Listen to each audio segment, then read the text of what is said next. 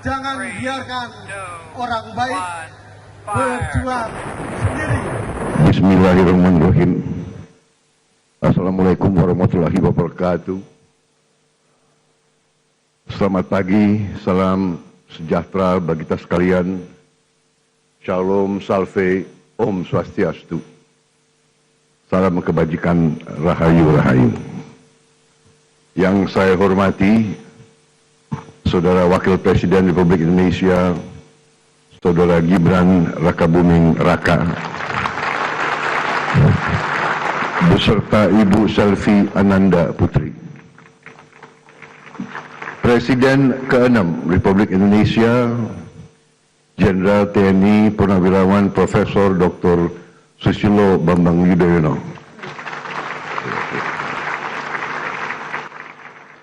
Presiden Republik Indonesia ke-7, Bapak Insinyur Joko Widodo. Wakil Presiden Republik Indonesia ke-6, Jenderal TNI Purnawirawan Tri Sutrisno. Wakil Presiden ke-10 dan ke-12 Republik Indonesia, Bapak Muhammad Yusuf Kalla. Bapak Wakil Presiden ke-11 Republik Indonesia, Profesor Budiono. Wakil Presiden ke-13 Republik Indonesia, Profesor Kiai Haji Ma'ruf Amin. Ibu Sinta Nuriyah Abdurrahman Wahid, istri Presiden ke-4 Republik Indonesia. Ibu Soraya Hamzahas, istri Wakil Presiden ke-9 Republik Indonesia.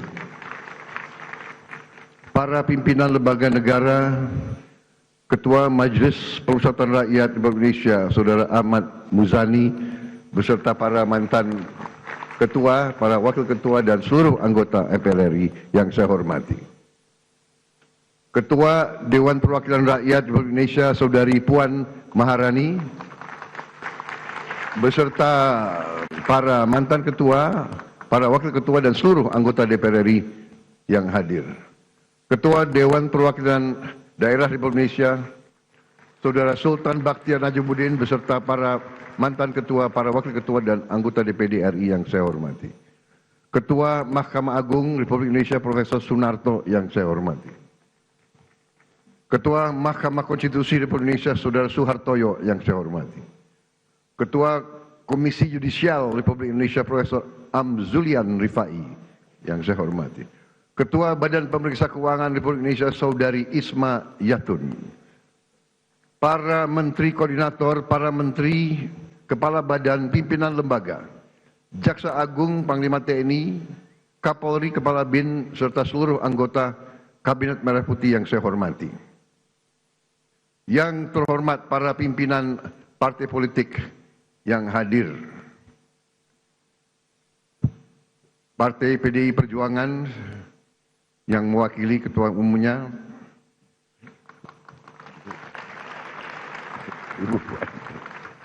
Ketua Umum Partai Golongan Karya, Saudara Bahlil Lahadalia, Ketua Umum Partai Gerindra, saya sendiri.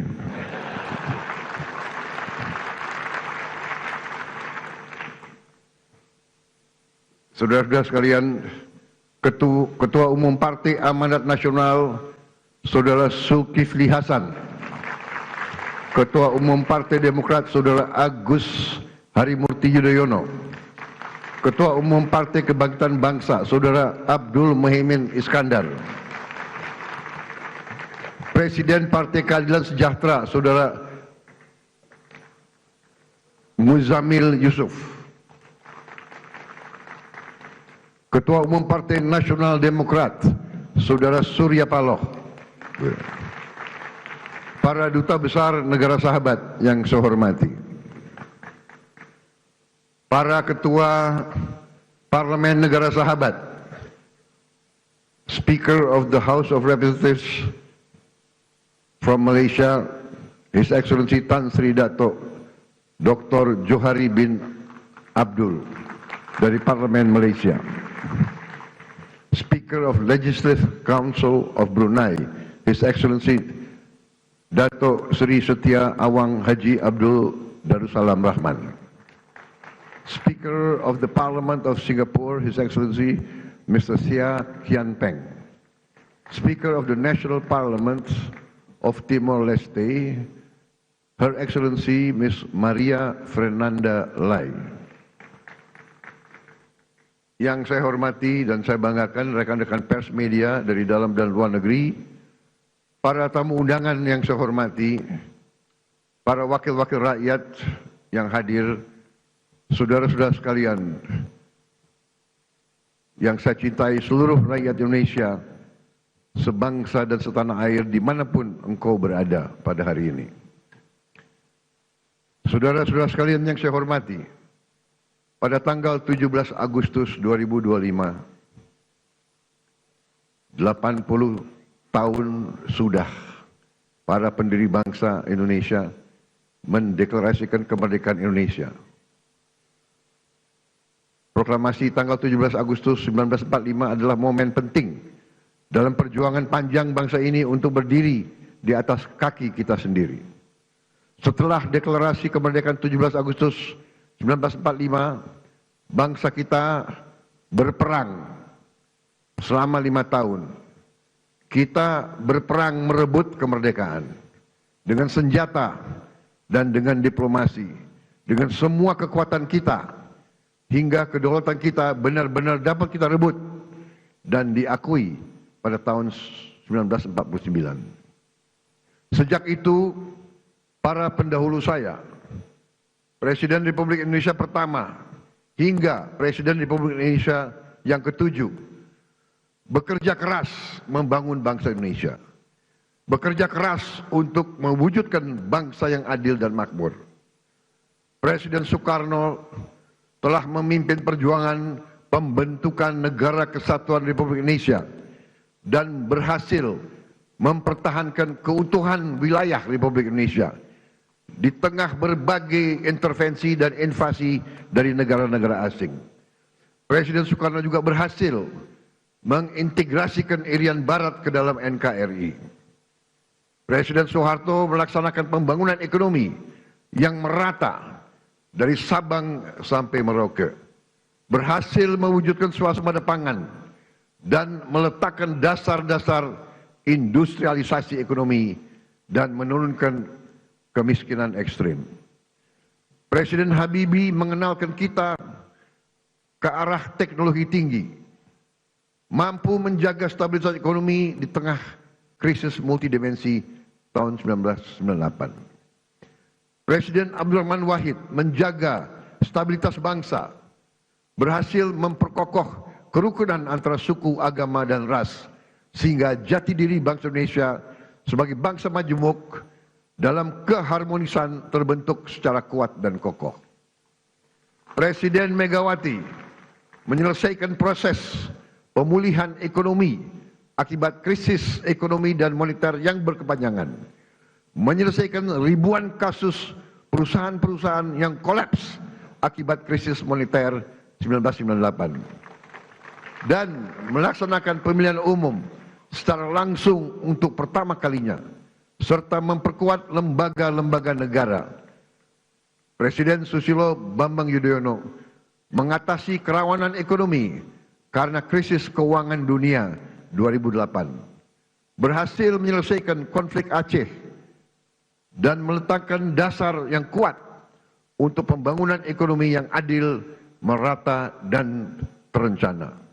Presiden Joko Widodo membangun berbagai infrastruktur penting, meningkatkan konektivitas antara sentra-sentra ekonomi, memimpin kita di saat yang kritis, yaitu pandemi COVID-19, sehingga Indonesia termasuk salah satu negara yang paling cepat pulih dari dampak pandemi, keluar dari kesulitan ekonomi, dan juga beliau merintis pembangunan ibu kota negara Nusantara dan meletakkan dasar strategi hilirisasi sumber daya alam Indonesia. Seluruh presiden pendahulu saya bersama pemerintah yang mereka pimpin berupaya mewujudkan Indonesia yang lebih dekat dengan cita-cita kemerdekaan kita, yaitu negara yang merdeka, berdaulat, adil, dan makmur. Negara yang sesuai dengan cita-cita pembentukan negara kita, yang tercantum dalam pembukaan Undang-Undang Dasar 1945, yaitu negara yang melindungi segenap bangsa Indonesia dan seluruh tumpah darah Indonesia, memajukan kesejahteraan umum, mencerdaskan kehidupan bangsa, dan melaksanakan ketertiban dunia yang berdasarkan kemerdekaan, perdamaian abadi, dan keadilan sosial. Saudara-saudara sekalian yang saya hormati, tujuan kita merdeka adalah untuk merdeka dari kemiskinan, untuk merdeka dari kelaparan, merdeka dari penderitaan. Negara kita harus bisa berdiri di atas kaki kita sendiri. Negara kita harus berdaulat secara ekonomi dan mampu memenuhi kebutuhan pangan kita sendiri. Negara kita diberi karunia oleh Allah SWT sumber daya yang melimpah ruah. Tantangan kita adalah menjaga dan mengelola kekayaan kita agar cita-cita kemerdekaan kita dapat terwujud dalam waktu sesingkat-singkatnya. Hadirin sekalian, hari ini 299 hari yang lalu saya berdiri di sini dan diambil sumpah oleh MPL di hadapan wakil-wakil rakyat Indonesia, di hadapan rakyat Indonesia, dan terutama di hadapan Tuhan Yang Maha Kuasa, bersama wakil presiden saya, Saudara Gibran Rakabuming Raka. Dan di hari yang hikmat ini, saya kembali berdiri di depan saudara-saudara, di depan wakil-wakil rakyat, untuk menyampaikan laporan kerja pemerintahan yang saya pimpin dan lembaga-lembaga negara. Pertama, saya ingin menyampaikan bahwa transisi kepemimpinan nasional dari Presiden Joko Widodo ke pemerintahan yang saya pimpin berjalan dalam semangat persatuan, penuh kehormatan dan kedewasaan politik. Peralihan kepemimpinan yang diakui dunia sebagai peralihan yang lancar dan sangat baik adalah bukti demokrasi kita matang dan kuat. Tidak semua negara mampu melaksanakan transisi kepemimpinan dengan baik dan lancar seperti kita. Di mana-mana ketika saya berada di luar negeri, banyak pemimpin negara sahabat bertanya kepada saya, "How did you do it? How did Indonesia manage?" Saya sampaikan ke mereka, kita berhasil karena kita menganut demokrasi yang khas Indonesia. Demokrasi yang sejuk, demokrasi yang mempersatukan, bukan demokrasi yang saling gontok-gontokan, saling menjatuhkan, saling maki-memaki, saling menghujat, bukan demokrasi yang saling membenci. Inilah yang harus kita pegang teguh. Demokrasi warisan nenek moyang kita adalah demokrasi yang sesuai dengan budaya kita, budaya kekeluargaan, budaya gotong royong, budaya miko dhuwur mendem jero, budaya saling mengisi, budaya saling mendukung, budaya tepo sliro, budaya menahan diri, budaya yang iso rumongso, bukan rumongso iso. Kita paham dan mengerti bahwa dalam suatu negara modern perlu ada pengawasan, perlu ada transparansi dalam menjalankan kekuasaan. Kita paham sejarah umat manusia. Jika ada kekuasaan yang tidak diawasi, maka kekuasaan akan menjadi korup. Kekuasaan yang absolut akan menjadi korup secara absolut. Kita paham bahwa korupsi adalah masalah besar di bangsa kita. Perilaku korupsi ada di setiap eselon birokrasi kita. Ada di setiap institusi dan organisasi pemerintahan. Perilaku korup ada di BUMN kita, ada di BUMD kita. Ini bukan fakta yang harus kita tutup-tutupi. Setelah 299 hari saya memimpin pemerintahan eksekutif, saya semakin mengetahui berapa besar tantangan kita, berapa besar penyelewengan yang ada di lingkungan pemerintahan kita.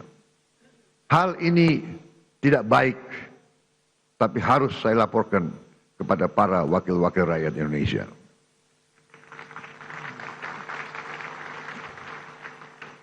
Dalam pidato pelantikan saya di sini, saya sampaikan, bangsa Indonesia harus berani melihat kekurangan-kekurangan sendiri.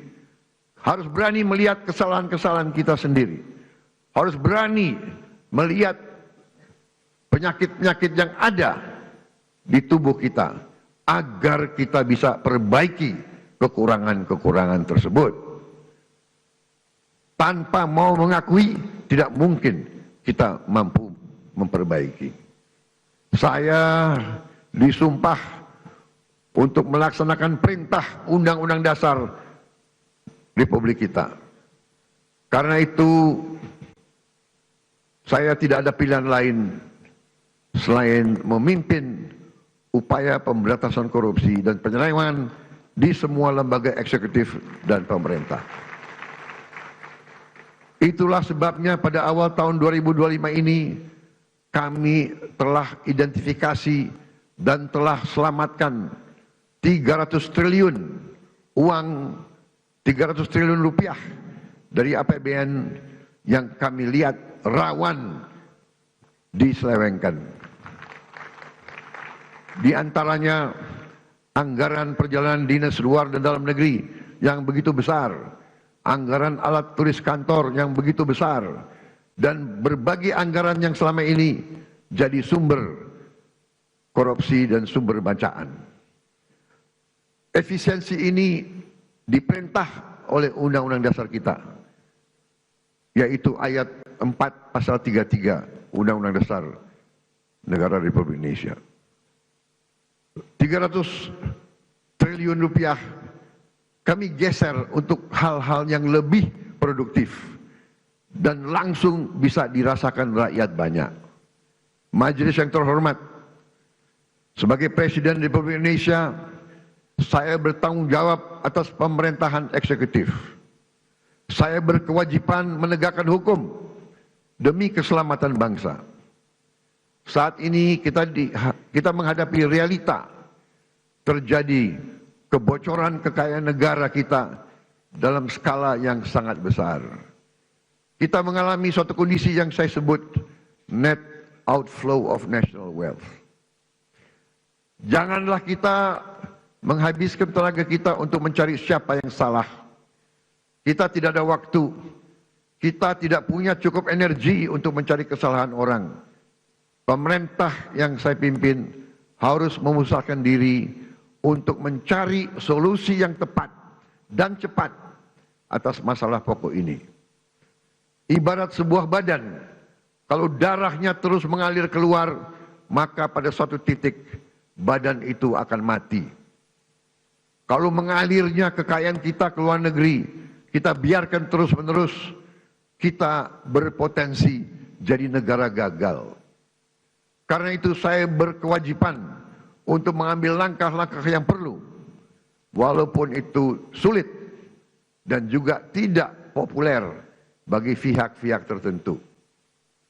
Saya harus mengambil langkah-langkah untuk menyelamatkan kekayaan negara agar bisa digunakan untuk kepentingan bangsa kita di hari ini dan di hari esok, untuk kepentingan generasi sekarang dan generasi mendatang. Terus terang saya katakan di sini di hadapan saudara-saudara sekalian, kalau kita konsekuen menjalankan apa yang telah dibuat oleh para pendiri bangsa kita, oleh Bung Karno, Bung Hatta, Bung Syahrir, Haji Agus Salim, tokoh-tokoh generasi 45, yaitu rancang bangun, blueprint negara, bagaimana negara harus dijalankan, yang semua sudah tertuang dalam Undang-Undang Dasar 1945. saya yakin bangsa kita akan selamat. Undang-Undang Dasar 1945 harus kita pelajari. Undang-Undang Dasar 1945 janganlah menjadi mantra, janganlah menjadi slogan, hanya di bibir kita teriak-teriak terus. Undang-Undang Dasar 1945 adalah rancang bangun yang relevan, rancang bangun yang ampuh, rancang bangun yang nyata, dan rancang bangun yang operasional untuk kita gunakan. Saya melihat ada kecenderungan dari sebagian kaum elit Indonesia, sebagian orang-orang yang memandang dirinya paling pintar di Republik ini. Mereka memandang bahwa pemikiran Bung Karno, pemikiran Bung Hatta, pemikiran generasi 45 tidak relevan lagi di zaman sekarang. Sudah kuno, sudah lawas untuk menghadapi tantangan abad ke-21. Menurut hemat saya, pemikiran tersebut adalah keliru. Generasi 45, generasinya Bung Karno, Bung Hatta, Syahrir, semua tokoh-tokoh itu adalah generasi yang mengalami penjajahan. Mereka mengalami imperialisme. Mereka sadar dan mereka merasakan, melihat bahwa kekayaan Indonesia diangkut ratusan tahun keluar dari Nusantara ini. Karena itu mereka menyusun rancang bangun.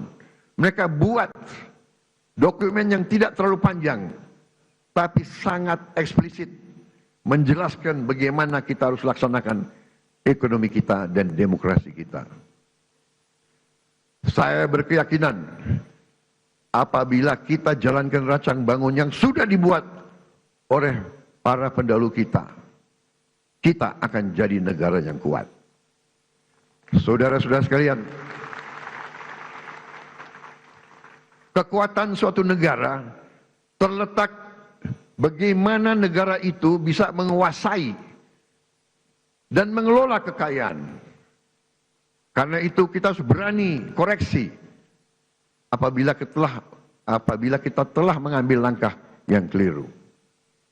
Sungguh aneh, negara dengan produksi kelapa sawit terbesar di dunia pernah mengalami kelangkaan minyak goreng.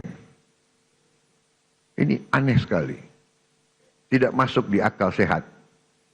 Dan ternyata memang itu ternyata adalah permainan manipulasi yang tadi sudah disinggung oleh Ketua DPR, yang saya beri nama Serakah Nomex.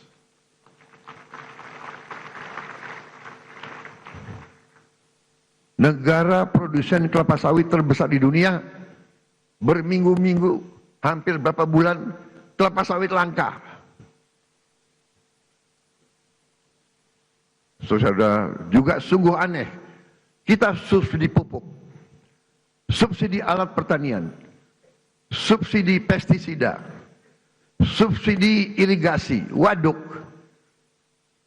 kita subsidi beras, tapi harga pangan kadang-kadang tidak terjangkau oleh sebagian rakyat kita. Keanehan-keanehan ini bisa terjadi karena ada distorsi dalam sistem ekonomi kita. Adalah penyimpangan bahwa sistem ekonomi yang diamanatkan oleh Undang-Undang Dasar 1945, terutama di pasal 33 ayat 1, 2, dan 3, telah kita abaikan. Seolah-olah ayat-ayat dalam pasal itu tidak relevan dalam kehidupan kita yang modern di abad ke-21 ini. Saudara-saudara sekalian, setelah saya pelajari secara mendalam, saya berkeyakinan Undang-Undang Dasar kita, terutama pasal-pasal yang saya sebut pasal-pasal pengaman, seperti pasal 33, ayat 1, 2, 3, dan 4 adalah benteng pertahanan ekonomi kita. Ayat 1, perekonomian disusun sebagai usaha bersama berdasar atas azas kekeluargaan. Azas kekeluargaan, bukan azas konglomerasi.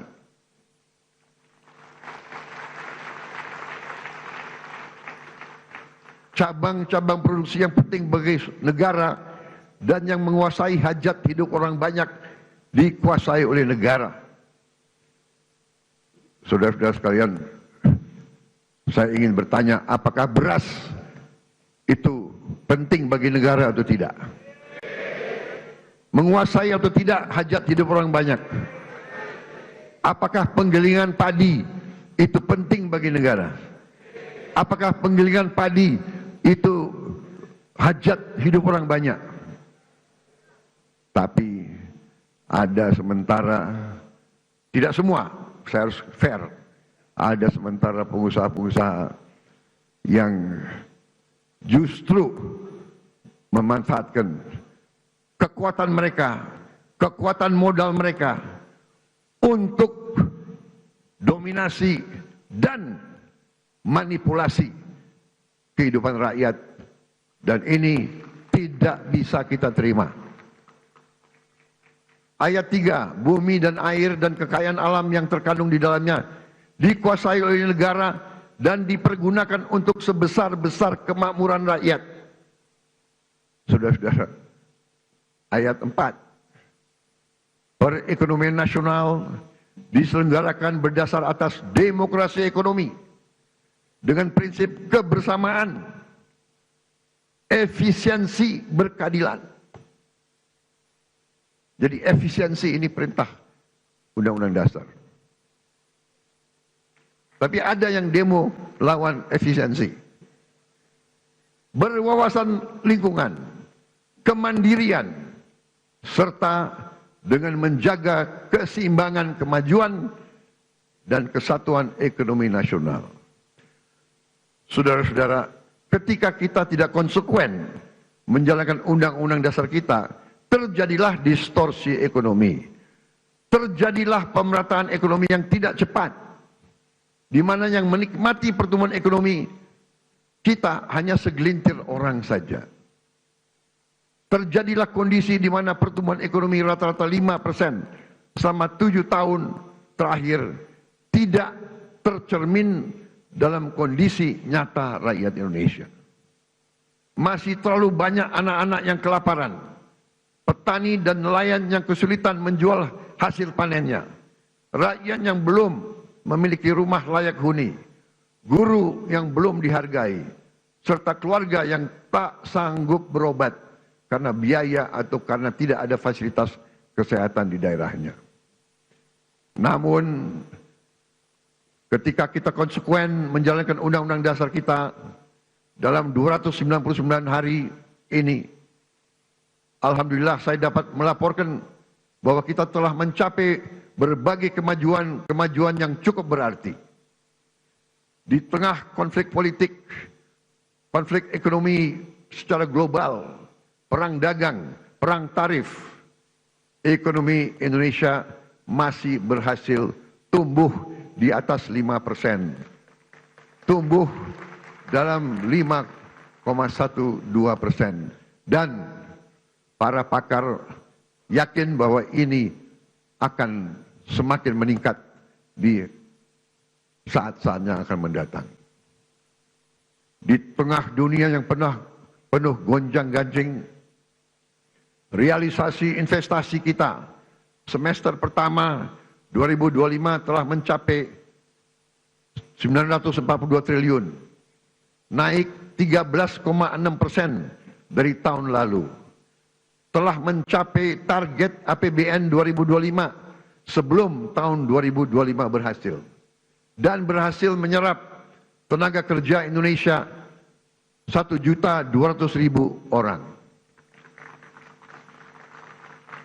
Saudara-saudara sekalian, kita telah melaksanakan intervensi strategis untuk memperbaiki gizi 82 juta anak-anak Indonesia dan ibu-ibu hamil.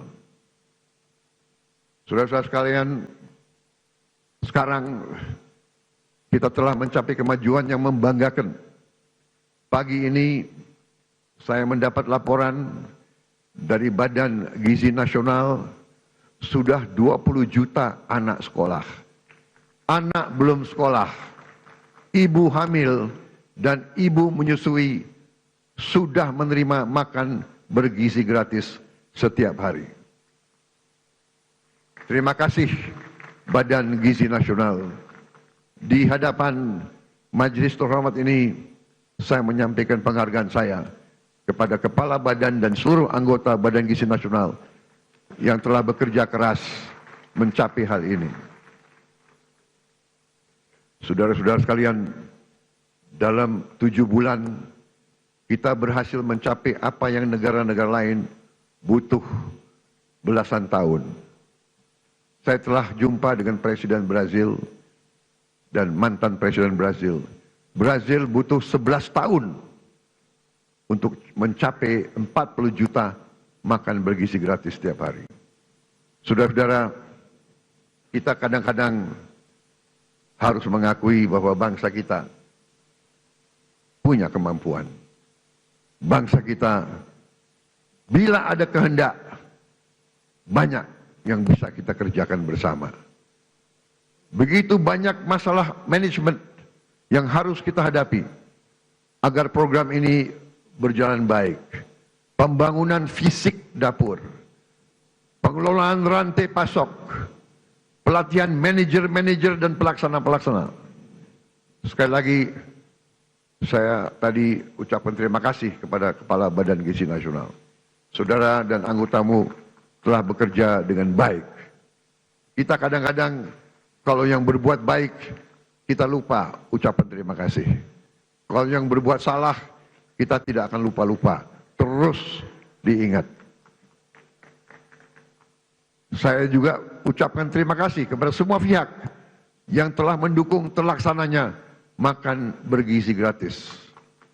TNI, Polri, Nahdlatul Ulama, Muhammadiyah, ormas-ormas, koperasi-koperasi, yayasan-yayasan yang telah rame-rame terlibat dan bergotong royong membentuk Satuan Pelayanan Pemenuhan Gizi di seluruh provinsi Indonesia.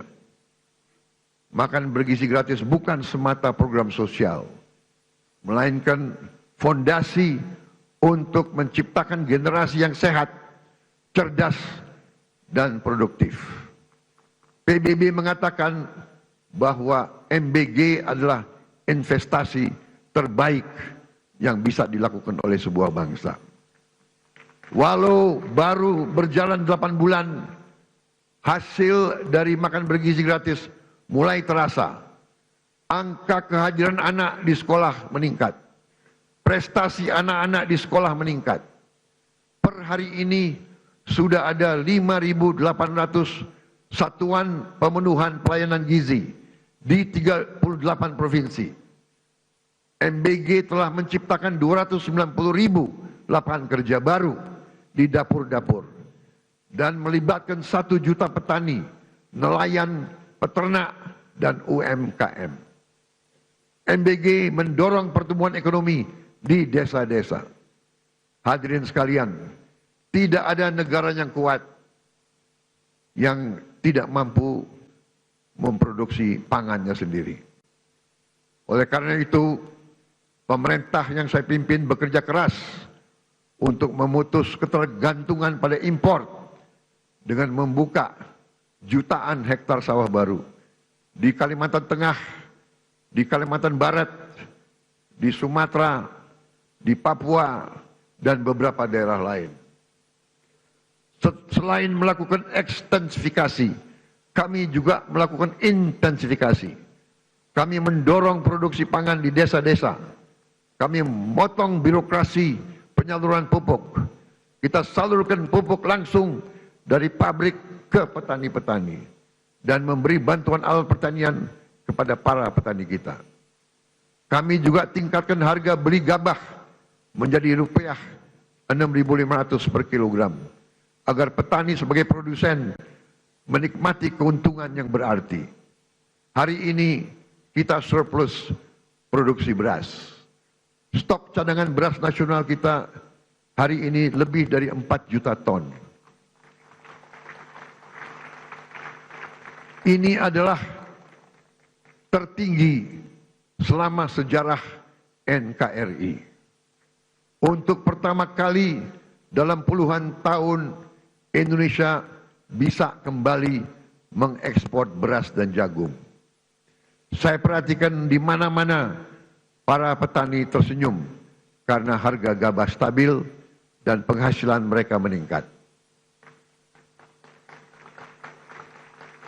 Untuk melindungi konsumen Indonesia, pemerintah yang saya pimpin akan selalu mewaspadai kecurangan-kecurangan, manipulasi, penipuan, upaya penimbunan, dan menahan distribusi bahan pangan.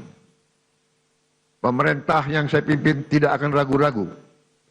Kami akan selalu tegas pada mereka yang melanggar aturan, mereka yang mempersulit kehidupan rakyat, mereka yang cari keuntungan gila-gilaan di atas penderitaan orang kecil. Pemerintah yang saya pimpin akan konsekuen menggunakan segala kewenangan yang diberikan kepada kami dari Undang-Undang Dasar 1945 dan juga Undang-Undang Nomor 7 tahun 2014 tentang perdagangan, terutama pasal 107, Jungto pasal 29 ayat 1 yang berbunyi pelaku usaha yang menyimpan barang kebutuhan pokok dan atau barang penting dalam jumlah dan waktu tertentu pada saat terjadi kelangkaan barang, gejolak harga, dan atau hambatan lalu lintas bisa mendapat pidana penjara paling lama 5 tahun dan atau denda paling banyak 50 miliar rupiah. Hadirin sekalian, saya pastikan perusahaan-perusahaan siapapun yang berani manipulasi dan melanggar, kami akan proses hukum. Dan berdasarkan wewenang konstitusional yang ada pada Presiden Republik Indonesia, kami akan sita yang bisa kami sita. Kami akan selamatkan rakyat. Kami akan membela kepentingan rakyat. Kami pastikan rakyat Indonesia tidak akan menjadi korban serakanomics. Korban mereka-mereka yang mengejar keuntungan sebesar-besarnya, menipu dan mengorbankan rakyat Indonesia, dan membawa keuntungan itu, kekayaan itu keluar dari Republik Indonesia. Ini harus kita hentikan.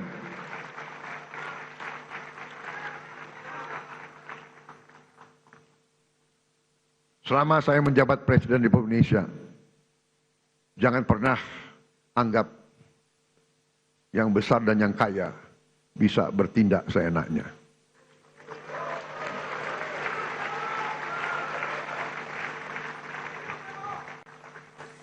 Kami tidak gentar dengan kebesaranmu. Kami tidak gentar dengan kekayaanmu. Karena kekayaanmu berasal dari rakyat Indonesia. Pemerintah yang saya pimpin tidak akan ragu-ragu membela kepentingan rakyat Indonesia.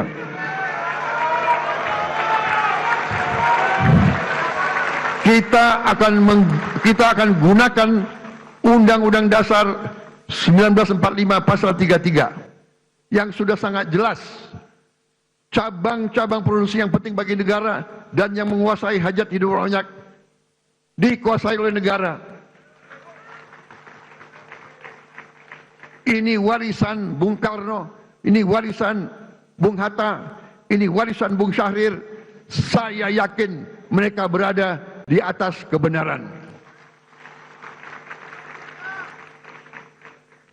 Atas dasar inilah hari ini saya umumkan setelah pertimbangan cermat oleh pemerintah untuk melindungi hak rakyat mendapatkan beras yang tepat.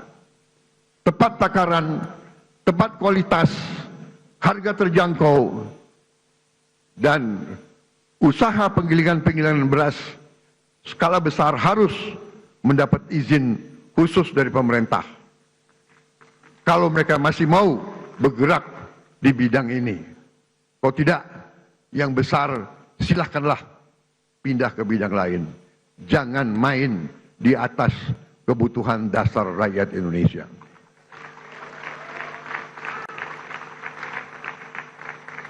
Saudara-saudara sekalian yang saya hormati, dalam 10 bulan terakhir, saya bersama Kabinet Merah Putih berupaya memerangi kemiskinan dengan pendekatan holistik, pendekatan menyeluruh. Kami ingin angka kemiskinan ekstrim segera turun ke 0% dalam tempo sesingkat-singkatnya. Karena itu untuk pertama kali dalam sejarah Republik Indonesia, kami telah membentuk sistem data tunggal sosial ekonomi nasional, DTSEN. DTSEN menjadi pegangan kita. Kami pastikan program-program pemerintah untuk masyarakat miskin tepat sasaran. Dengan DTSEN kami menjaring siapa yang berhak menerima manfaat. Sebelumnya kami dapat laporan bahwa masih ada orang kaya yang menikmati subsidi rakyat. Dengan sekarang kita ingin tepat sasaran. Saudara-saudara sekalian, salah satu upaya kita untuk memutus rantai kemiskinan absolut adalah kita membentuk sekolah rakyat. Kita sudah berhasil membangun dan membuka 100 sekolah rakyat.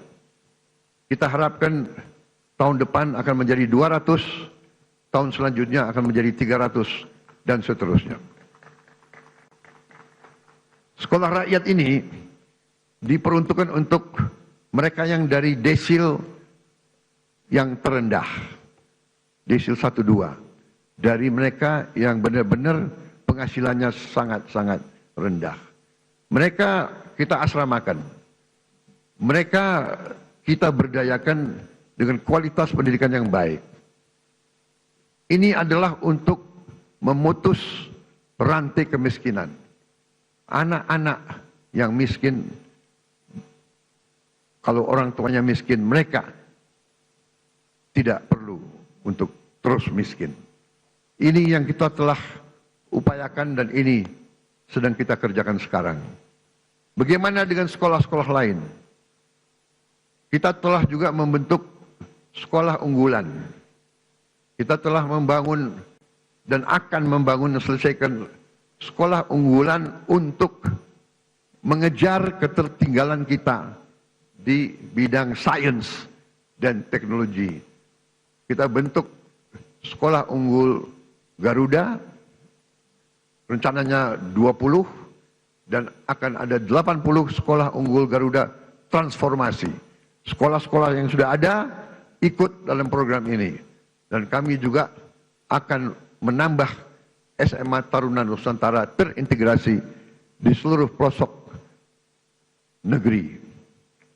Tahun ini kita juga akan menambah fakultas-fakultas kedokteran di seluruh Indonesia. Kita ketinggalan dalam menghasilkan dokter-dokter dan dokter gigi. Saudara-saudara sekalian, pendidikan sangat penting.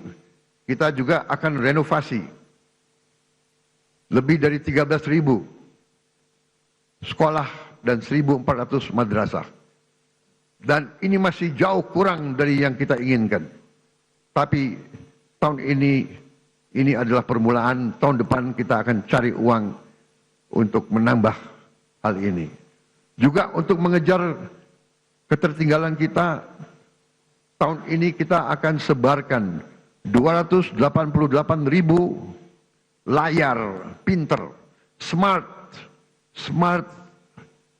platform, smart TV yang akan kami distribusi ke sekolah-sekolah hingga pelosok-pelosok. Agar anak-anak di desa tertinggal yang tidak ada guru yang bagus bisa dapat mengikuti pelajaran dari guru-guru terbaik yang mengajar secara virtual. Untuk mencetak pemimpin-pemimpin nasional di masa depan, kami juga telah mencanangkan tadi yang saya sebut 20 sekolah unggul Garuda dan 80 sekolah unggul Garuda Transformasi. Saudara-saudara sekalian, kita juga membangun SMA Taruna Nusantara terintegrasi di seluruh pelosok negeri.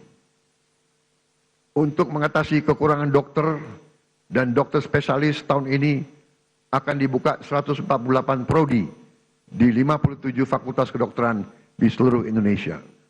Terdiri dari 125 prodi spesialis dan 23 prodi subspesialis. Kita juga akan tambahkan 25 prodi umum dan prodi gigi, serta meningkatkan kuota mahasiswa kedokteran yang mendapat beasiswa.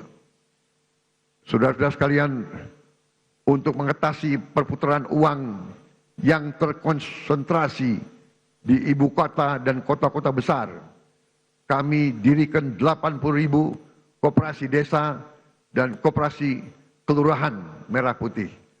Koperasi di setiap desa akan meningkatkan ekonomi desa dan menciptakan jutaan lapangan kerja.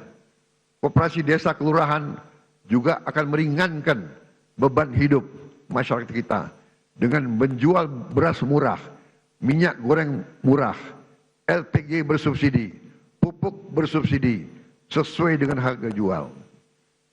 Kita juga akan membuat rakyat bisa punya akses kepada protein, kepada ikan dan daging dalam harga yang terjangkau. Untuk mempercepat investasi di hilirisasi sumber daya alam dan berbagai bidang strategis, untuk membuka lapangan kerja berkualitas, kami bersama DPR RI telah membentuk apa yang kita sebut Badan Pengelola Investasi Danantara Indonesia. Danantara adalah lembaga pengelola investasi dengan aset dalam pengelolaan lebih dari 1 triliun US dollar. Danantara akan ciptakan jutaan lapangan kerja berkualitas, terutama di bidang hilirisasi. Alhamdulillah, hari ini tingkat pengangguran nasional berhasil turun ke level terendah sejak krisis 1998. Hadirin sekalian, kami juga membangun sistem kesehatan yang lebih adil dan merata. Cek kesehatan gratis telah digunakan hari ini oleh lebih dari 18 juta warga. 66 rumah sakit di 66 kabupaten sedang kami tingkatkan kelasnya. Kawasan ekonomi khusus Sanur kami hadirkan sebagai pusat pelayanan medis bertaraf internasional agar orang Indonesia tidak harus berobat ke luar negeri. Kami tegakkan kedaulatan Indonesia di panggung dunia. Kami putuskan Indonesia bergabung dengan BRICS. Indonesia juga diundang di mana-mana menjadi kehormatan dalam perayaan kemerdekaan India dan perayaan Hari Nasional Prancis. Kami juga berhasil menyelesaikan perundingan dagang Uni Eropa dengan Indonesia, SEPA, yaitu Comprehensive Economic Partnership Agreement, yang sebenarnya adalah Free Trade Agreement, di mana kita bisa akses pasar Eropa dengan tarif nol. Kita juga berunding dengan Amerika. Indonesia aktif memperjuangkan pengakuan Palestina dan memimpin pembahasan solusi dua negara. Saat ini juga dua pesawat Hercules kita sedang beroperasi di Timur Tengah, menerjunkan bantuan-bantuan dari udara ke Gaza. Saudara-saudara sekalian, kami bekerja untuk menegakkan hukum dan keadilan. Salah satu yang penting adalah dalam menegakkan hukum dan keadilan, gaji hakim harus dalam keadaan baik. Kami telah naikkan untuk beberapa hakim sampai dengan 280% peningkatannya. Kami juga tidak segan-segan membongkar kasus-kasus korupsi besar. Bersama TNI dan Polri kami pastikan bumi dan air dan kekayaan alam yang terkandung di dalamnya dikuasai oleh negara dan dipergunakan untuk sebesar-besar kemakmuran rakyat. Saudara-saudara sekalian, beberapa saat yang lalu, beberapa tahun yang lalu, kita mendapat laporan ada ribuan, ada jutaan perkebunan kelapa sawit yang melanggar hukum, yang menyimpang regulasi. Ada yang membuat perkebunan di hutan lindung. Ada yang tidak melaporkan luasnya perkebunan mereka. Ada yang dipanggil BPKP tidak mau datang. Kami terbitkan Peraturan Presiden Nomor 5 tahun 2025 tentang penertiban kawasan hutan. Dan pada hari ini saya melaporkan di majelis ini bahwa pemerintah Republik Indonesia sudah menguasai kembali 3,1 juta hektar dari potensi 5 juta hektar lahan sawit yang dilaporkan melanggar aturan, tapi kita belum verifikasi. Yang sudah jelas kita verifikasi melanggar aturan adalah 3,7 juta hektar, dan dari 3,7 juta hektar, 3,1 juta sudah dikuasai kembali. Saudara-saudara sekalian, perlu saya laporkan juga di sini bahwa ada keputusan pengadilan yang sudah ingkrah 18 tahun yang lalu yang memerintahkan ada kebun-kebun kelapa sawit yang harus disita, tapi tidak ada penegak hukum waktu itu yang mau melaksanakannya. Saya tidak tahu kenapa, tapi saya telah perintahkan dikuasai kembali oleh negara, dan untuk itu kita telah menggunakan pasukan-pasukan TNI untuk mengawal tim-tim yang menguasai kebun-kebun tersebut. Karena sering terjadi perlawanan, berani-berani melawan pemerintah NKRI, ya kita hadapi, saudara-saudara sekalian. Setelah ini kita akan tertibkan juga tambang-tambang yang melanggar aturan. Saya telah diberi laporan oleh aparat-aparat bahwa terdapat 1063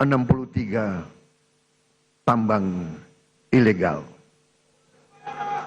Dan potensi kekayaan yang dihasilkan oleh 1063 tambang ilegal ini dilaporkan potensi kerugian negara adalah minimal 300 triliun. Saudara-saudara sekalian,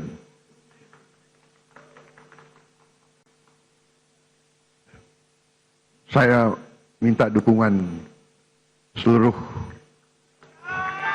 MPR. Saya minta dukungan seluruh partai politik untuk mendukung ini demi rakyat kita, saudara-saudara sekalian.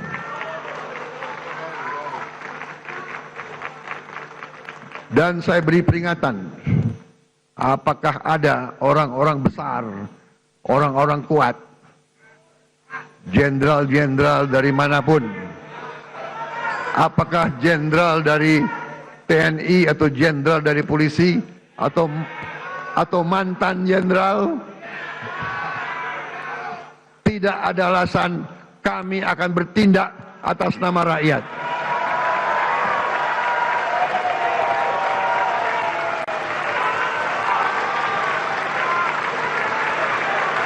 Dan sebagai sesama pimpinan partai, saya ingatkan anggota-anggota semua partai, termasuk partai saya Gerindra, cepat-cepat kalau ada terlibat, Anda jadi justice collaborator.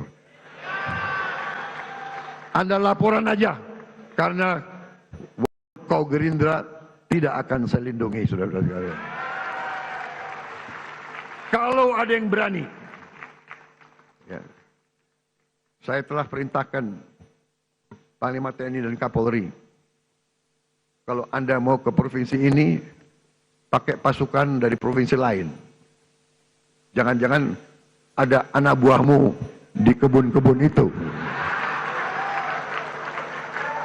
Saudara-saudara wakil rakyat sudah tahu keadaan yang sebenarnya. Benar?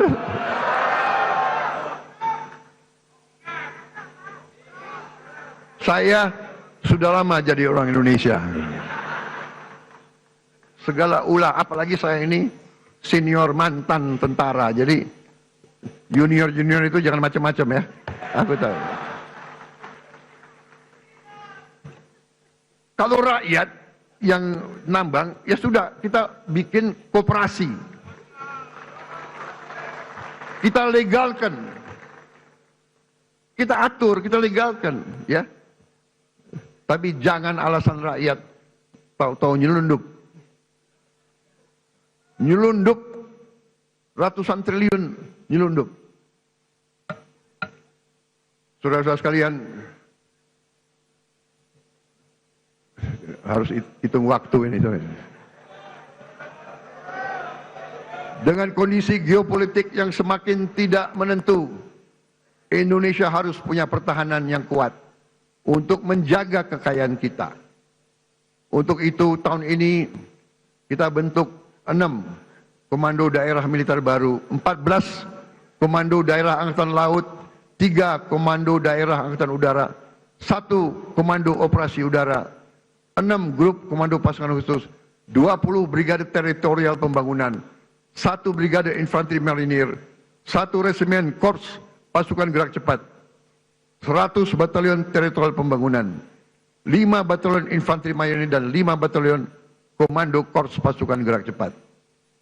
Langkah ini sejalan dengan doktrin pertahanan kita, pertahanan dan keamanan rakyat semesta, SIS Hankam Rata, di mana seluruh warga negara dan sumber daya nasional didaya gunakan secara total untuk kepentingan pertahanan dan keamanan kita. Saudara-saudara sekalian, kita faham bahwa perang itu destruktif. Kita tidak mau perang, kita harus hindari perang. Karena itu, politik luar negeri yang saya jalankan dan saya umumkan adalah politik 1000 kawan terlalu sedikit, 1 lawan terlalu banyak. Kami tetap pada garis non-blok, garis non-aligned. Kami tidak akan berpihak kepada blok manapun. Ini yang kami sampaikan di mana-mana. Bebas aktif. Kita ingin damai dengan semua orang. Kami terutama dengan tetangga-tetangga kita. Kita ingin selesaikan semua masalah. Ada masalah, kadang-kadang masalah garis perbatasan. Masalah ini adalah warisan dari kolonialis, warisan dari penjajah Belanda datang dengan Inggris, dia bikin garis seenak jidatnya, dia bikin garis itu. Yang repot kita sekarang, ya kan? Kita mau ditabrakan sama Malaysia, kita sahabat sama Malaysia, kita satu rumpun. Tapi selalu politik divida et impera itu selalu ada.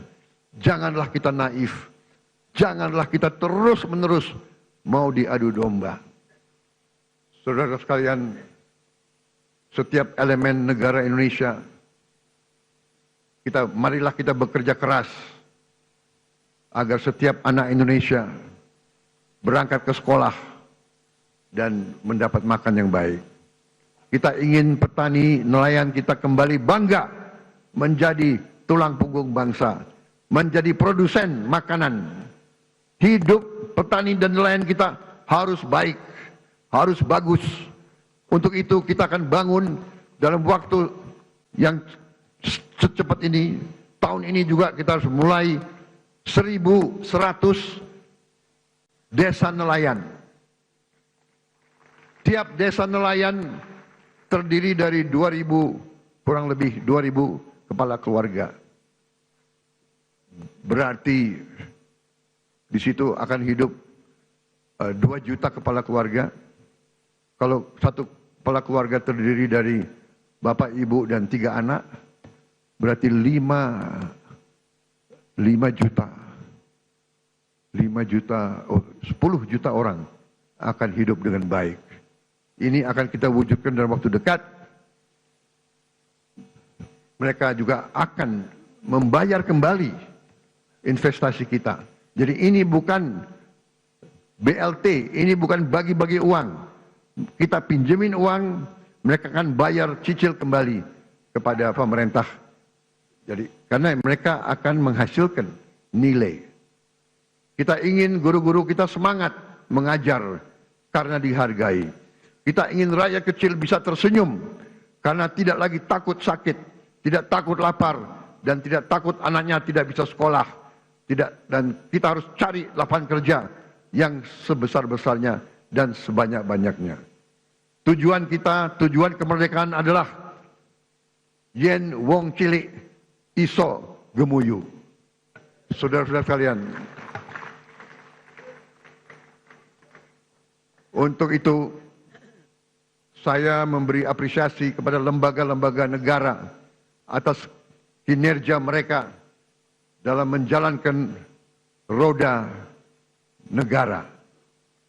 MPR RI melalui visi besar Rumah Kebangsaan, pengawal ideologi Pancasila dan kedaulatan rakyat, secara konsisten terus-menerus sosialisasikan Pancasila, Undang-Undang Dasar 1945, NKRI, dan Bhinneka Tunggal Ika. MPR konsisten turun ke rakyat, jelaskan 4 pilar kehidupan berbangsa dan bernegara.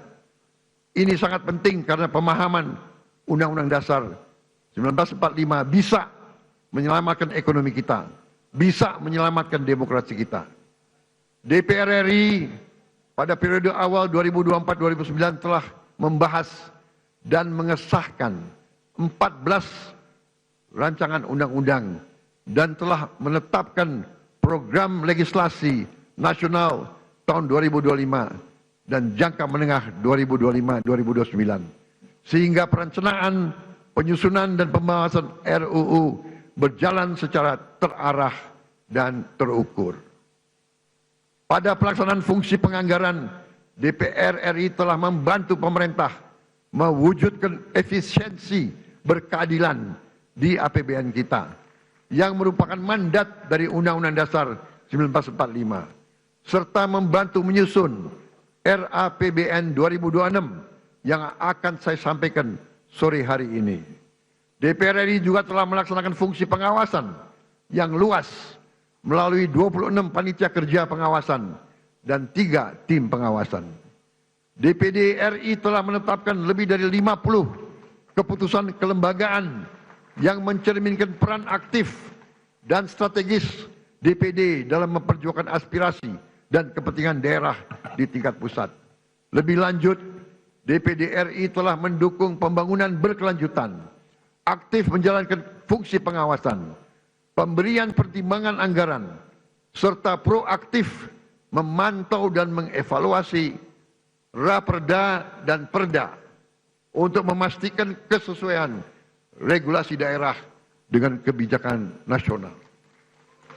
BPK RI telah membuktikan integritasnya dan independensinya dalam pemeriksaan pengelolaan dan tanggung jawab keuangan negara. Capaian BPK di tahun 2024 antara lain mendorong peningkatan akuntabilitas tata kelola keuangan negara serta kualitas pertanggungjawaban pelaksanaan anggaran, sehingga kementerian dan lembaga yang telah mencapai status wajar tanpa pengecualian mencapai 97,7% untuk tahun anggaran 2024. Mengawal program prioritas nasional, meningkatkan efektivitas belanja APBN, serta penyelamatan puluhan triliun rupiah uang dan aset negara. Mahkamah Konstitusi di sepanjang tahun 2024 hingga pertengahan 2025 telah menangani ratusan perkara pengujian undang-undang, perselisihan hasil pemilihan umum, dan perselisihan hasil pemilihan kepala daerah dengan proses persidangan yang efektif, tepat waktu, dan menghasilkan berbagai putusan penting yang menjadi tonggak penguatan demokrasi dan perlindungan hak konstitusional warga negara. Mahkamah Agung secara serius dan berkelanjutan melakukan reformasi peradilan, modernisasi manajemen perkara, penyelesaian sengketa perdata secara cepat dan berorientasi pada perdamaian, serta penanganan perkara pidana dengan pendekatan restoratif justice. Dengan sistem peradilan elektronik atau e-court di Mahkamah Agung, jumlah perkara yang didaftarkan di pengadilan tingkat pertama meningkat 30,84% dari tahun sebelumnya. Penyelesaian sengketa perdata dengan nilai gugatan di bawah 500 juta rupiah meningkat 68%. Dan tingkat keberhasilan penyelesaian sengketa melalui mediasi meningkat 28%. Capaian ini adalah bukti nyata kerja keras Mahkamah Agung untuk mewujudkan peradilan yang modern, cepat, berbiaya ringan, dan berkeadilan bagi seluruh rakyat Indonesia. Komisi Yudisial memainkan peran strategis dalam kesejahteraan rakyat dan kemajuan Indonesia, yaitu dengan menjaga integritas hakim dan meningkatkan kepercayaan publik terhadap integritas hakim. Sepanjang tahun 2024 sampai dengan periode Juli 2025, Komisi Yudisial telah melaksanakan seleksi calon hakim agung dan hakim ad hoc yang menghasilkan sebanyak 9 orang calon hakim agung, 3 orang calon hakim ad hoc di Mahkamah Agung. Komisi Yudisial juga telah menerima 3.752 laporan masyarakat terkait dugaan pelanggaran kode etik dan pedoman perilaku hakim, dan mengusulkan penjatuhan sanksi kepada 116 orang hakim. Selain itu, saya juga mengucapkan terima kasih kepada Bank Indonesia, Otoritas Jasa Keuangan, Lembaga Penjamin Simpanan, Komisi Pemberantasan Korupsi, Komisi Pemilihan Umum, Badan Pengawas Pemilu, Ombudsman RI, Komnas HAM, dan lembaga-lembaga nasional lainnya yang telah berkontribusi untuk kemajuan bangsa sesuai dengan peran dan kewenangannya. Terakhir, saya juga mau gunakan kesempatan ini untuk mengucapkan terima kasih kepada setiap pengusaha nasional yang telah membuka lapangan kerja di Indonesia, menanamkan modal di Indonesia, dan menyimpan hasil usahanya di Indonesia. Jangan salah, tidak semua pengusaha yang besar itu ikut dalam alam mazhab selakahnomik. Justru sebagian besar kita ajak untuk membangun Indonesia bersama. Saya sampaikan ke mereka, mereka harus menjadi bagian dari Indonesia Incorporated. Indonesia Incorporated adalah konsep pembangunan ekonomi di mana semua stakeholder, semua pemain bergerak dalam satu kesatuan tim nasional. Yang kuat, yang besar punya peranan. Yang menengah punya peranan. Yang kecil punya peranan, kita bantu. Yang miskin kita berdayakan. Itu namanya Indonesia Incorporated. Saya sampaikan, kalau kita hilangkan kemiskinan, kalau orang yang berada di bawah garis kemiskinan punya uang, punya penghasilan, mereka punya daya beli, mereka akan beli barang-barang dari pabrik-pabrik yang dimiliki oleh perusahaan-perusahaan besar. Itu yang kita namakan suatu ekonomi mata rantai yang saling memperkuat, bukan saling menghancurkan. Saudara-saudara sekalian, saya percaya dan saya yakin bahwa dengan kita bersatu, dengan kita bergotong royong, dengan kita mencapai demokrasi sesuai dengan budaya kita, ekonomi sesuai dengan rancang bangun pendiri-pendiri bangsa kita, insya Allah Indonesia akan semakin kuat, semakin sejahtera. Kita memilih beberapa tonggak sebagai tema kita. Bersatu, berdaulat, rakyat sejahtera. Rakyat harus sejahtera. Kalau rakyat tidak sejahtera, saya katakan kita gagal sebagai negara merdeka. Kita akan berhasil sebagai negara merdeka kalau rakyat kita sejahtera. Karena itu, marilah kita bekerja sama. Kita berbeda-beda boleh, tapi satu tujuan kita. Silakan yang berada di luar pemerintah tidak ada masalah. Terima kasih. Kita butuh koreksi. Kita butuh pengawasan. Kita butuh kritik. Walaupun kadang-kadang kritik itu menyesakkan juga itu. Tapi nggak ada masalah. Jangan berhenti kritik. Saya juga minta dari koalisi kita tetap di dalam koalisi harus berani mengawasi, harus berani koreksi. Ya. Tidak boleh ada yang merasa lebih kuat dari hukum. Tidak boleh ada yang merasa tidak dapat diatur, tidak dapat diperiksa. Saya kira itu yang ingin saya sampaikan. Terima kasih. Sidang majelis yang terhormat, Dirgahayu Republik Indonesia ke-80.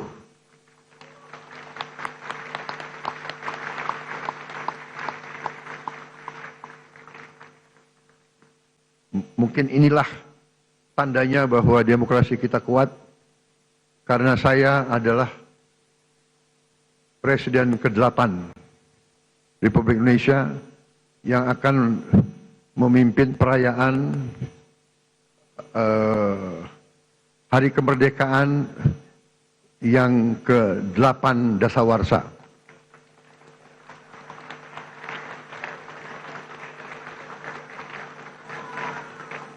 Memang ditakdirkan untuk jadi presiden ke-8 itu. Dan saya adalah bukti bahwa demokrasi kita berjalan karena saya ikut pemilu 5 kali.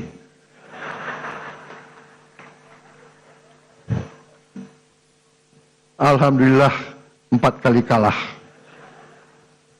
Tapi hari ini saya berdiri di depan majelis ini. Terima kasih. Terima kasih, saudara-saudara sekalian. Wassalamualaikum warahmatullahi wabarakatuh.